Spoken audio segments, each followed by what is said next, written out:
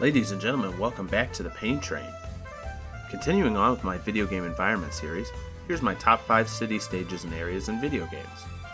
Hopefully this is apparent from the title, but this is my list of favorites.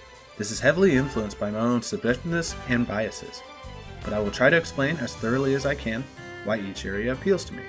Also, I will be upfront with the fact that I am a Nintendo fanboy, and as such, most entries are going to be from those games.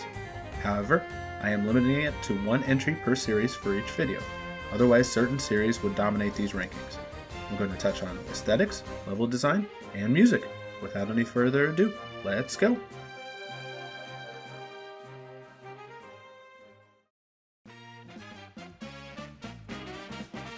At number 5, we have New Donk City from Super Mario Odyssey. This stage is as boisterous and bustling as it is strange. Strange in the sense that it is on an isolated cube, albeit a very large cube, cut off from the rest of the city in the background, and also strange in the sense that a city level is pretty rare for a Super Mario game, which usually uses more natural settings. It goes back to the roots of the original Mario Bros. Games battling Donkey Kong. Either way, this stage makes great use of both night and day, and really sells that bigger-than-life New York style city. There are usually no enemies in this city beyond the first time you enter, when it is full of urban sting bees and tank-like sherms. You can earn moons by either helping certain people in town complete tasks, or by diving into a pipe to complete a mini-mission. Platforming through the city is a blast, as you can flip and jump off of most anything, and capture scooters and skyscraper posts and dive bomb off the tallest buildings. Musically, the stage has a booming jazzy intro, and then settles into a bouncy subdued swing melody. This level has so many references and secrets that it is insane, and its status this low on the list really hammers home how fantastic this biome can be.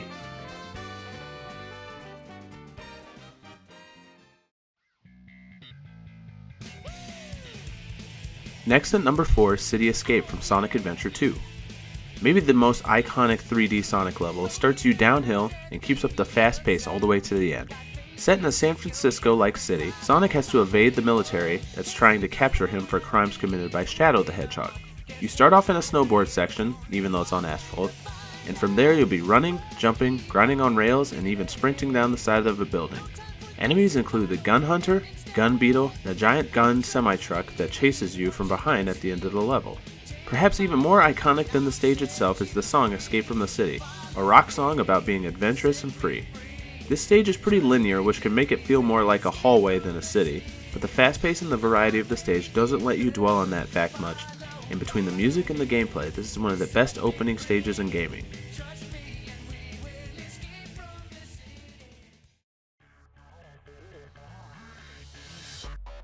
Coming in at number 3 is Rockport from Need for Speed Most Wanted.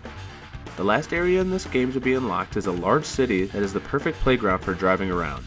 I think my favorite part of the city is that it's not just the streets that you can drive on. There are pedestrian paths, parks, sewers, and even a football stadium to cruise through, and adding in the police chases amps up the intensity of the city to 11.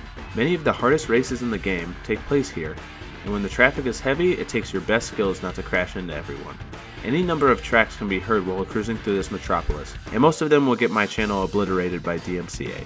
I don't have many bad things to say about this area at all, other than the buildings seem sort of static. Of course, in a racing game, you should really stay out of the indoors, but if I'm in an indestructible vehicle, I feel like I should be able to crash inside one of these buildings.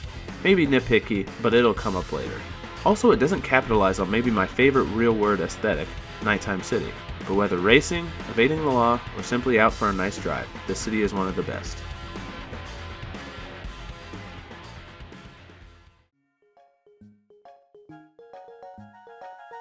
In second place is Goldenrod City from Pokemon Heart Gold and Soul Silver. This city is nostalgia central for me. I've spent more time here than all the other 4 cities combined. While I adore the original in Gold, Silver, and Crystal, the remakes really make Goldenrod feel larger than life. Meant as a sort of mirror to Kanto's Celadon City, Goldenrod includes a mall, a radio tower, the bike shop, the train station, the game corner, and a gym with a psychotic leader and her homicidal cow. There's even an underground section with some unsavory trainers and a couple of shops. The music makes this place feel like home. It starts like the ringing bells of a church, and the rest of the melody is an understated but cheerful tune. Whether I was hatching eggs, defeating Team Rocket, or picking up Eevee from Bill, this city always managed to put me in a good mood.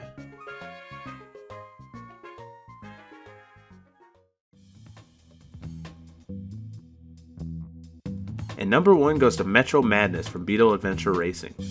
Very surprisingly, my favorite Metropolis in gaming comes from a third-party Nintendo 64 racing game. Unlike Need for Speed, this isn't a free-roaming racing game where you can just leisurely cruise around. I mean, I guess you could in Time Attack, but that's not really its purpose. But despite this, it still feels like a fully realized city rather than a racetrack set in the city. The city's grid is almost completely accessible. It may not help you race faster, but you can make almost any turn you want. The amount of side paths, shortcuts, and secrets is bonkers. I still find new areas I haven't seen before, and I've been playing this game for over 20 years. One of my favorite parts of this track is that you can actually enter some of the buildings, including a casino, a hotel, and an indoor parking garage. There are even sections of the city that are completely inaccessible, but by using some clipping, you can see that they're interconnected and flow back into the stage. It really is like they created an entire city and then later focused on which parts were needed for racing. The song is very low-key and percussion heavy, and it really sells that nighttime cruise aesthetic that this stage totally nails. There's just something about driving around a big city at nighttime that transcends gaming for me. It's something I love even in real life. I'll repeat this until I'm blue in the face, but this game is criminally underrated, and the best stage in the game perfectly conveys how much love and attention to detail was put into it for a 1999 racing game about Volkswagens.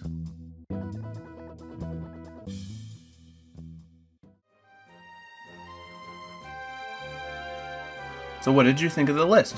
Who did I leave off? Who shouldn't be on here? Let me know in the comments below. I hope you guys have enjoyed. If you have, please drop a like, subscribe, follow on various social media in the description below. Keep an eye out for more biome rankings in the future.